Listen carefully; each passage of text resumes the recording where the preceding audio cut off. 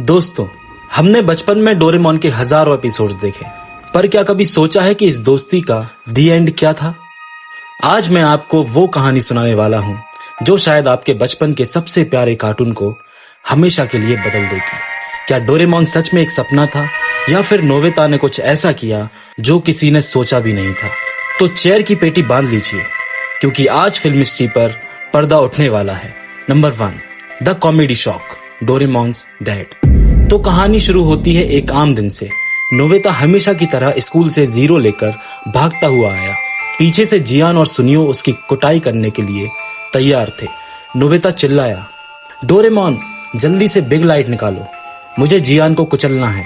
लेकिन दोस्तों, उस दिन कुछ अजीब हुआ। डोरेमोन अपनी जगह से हिला तक नहीं। नोबिता को लगा शायद डोरेमोन ने कोई नया स्टिफ गैजेट टेस्ट किया है। उसने डोरेमोन के पेट पर गुदगुदी की, उसकी पॉकेट में हाथ डाला, पर कुछ नहीं। डोरेमोन एक लोहे का ठंडा डिब्बा बन चुका था।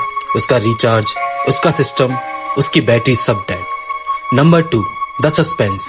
अब यहाँ आता है असली ट्विस्ट। डोरेमी ने बताया कि डोरेमोन की बैटरी बदली जा सकती है, लेकिन ये एक बहुत बड़ा लेकिन था। डोरेमोन के कान नहीं थे, इसलिए उसके पास कोई मेमोरी बैकअप नहीं था। सोचिए, अगर आपका सबसे पुराना यार उठे और आपको पहचानने से इनकार कर दे, क्या नोबिता उस अनजान डोरेमोन को झेल पाता, या फिर वो पुराने डोरेमोन की यादों के साथ अकेला रह जाता? नोबिता ने उस दिन पहली बार रोना बंद किया और एक ऐसी कसम खाई जो किसी ने नहीं सोची थी। Number 3, the wing mystery. Shizuka का क्या हुआ? अब आप लोग सोच रहे होंगे, भाई चलो डोरेमोन तो खराब हो गया, पर हमारी शिजुका का क्या उसने इस फेल हुए नोबिता से शादी की? दोस्तों, दुनिया को लग रहा था कि नोबिता पागल हो गया है।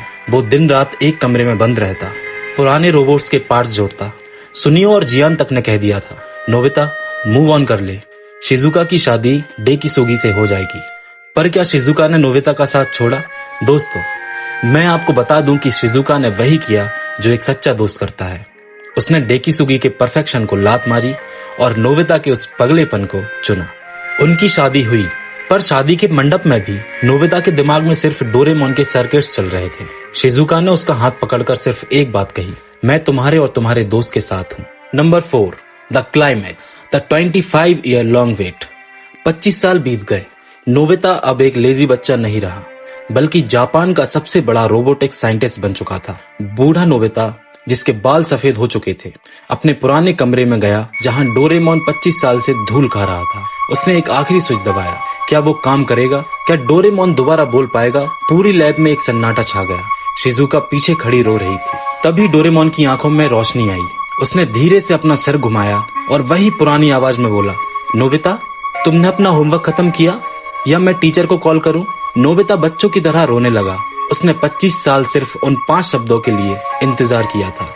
डोरेमोन ने नोबिता को गैजेट्स देकर नहीं, बल्कि उसे खुद पर यकीन दिलाकर उसे दुनिया का सबसे बड़ा इंसान बना दिया। डोरेमोन की आवाज सुनकर नोबिता रोते हुए बोला, डोरेमोन तुम वापस आ गए, मैंने 25 साल सिर्फ तुम्हारे लिए मेहनत की। डोरेमोन बोला, नोबिता तुमने मुझे ठीक कर दिया, पर तुमने इतना सब कैसे सीखा? नोबिता कुछ भी नहीं बोलता, वो सीधे डोरेमोन से गले लग जाता है। और ये था इस कहानी का एंड।